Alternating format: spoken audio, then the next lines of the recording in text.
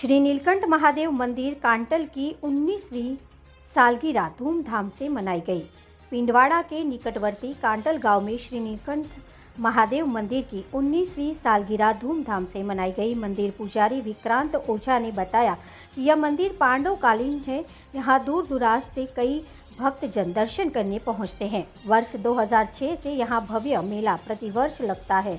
बता दें कि मेले से एक दिन पूर्व 29 मई गुरुवार की रात्रि को भजन संध्या का आयोजन किया गया, जिसमें भजन गायक विनोद मीना कांटल द्वारा शानदार भजनों की प्रस्तुति दी गई। वहीं 30 मई शुक्रवार को गांव में सुबह वरघोड़ा निकला गया।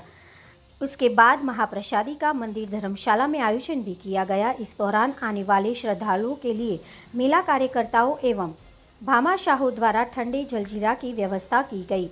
मेले में आबू पिंडवाला विधायक समाराम गरासिया, किरण पुरोहित, धनाराम सहित भाजपा नेता भी शरीक हुए।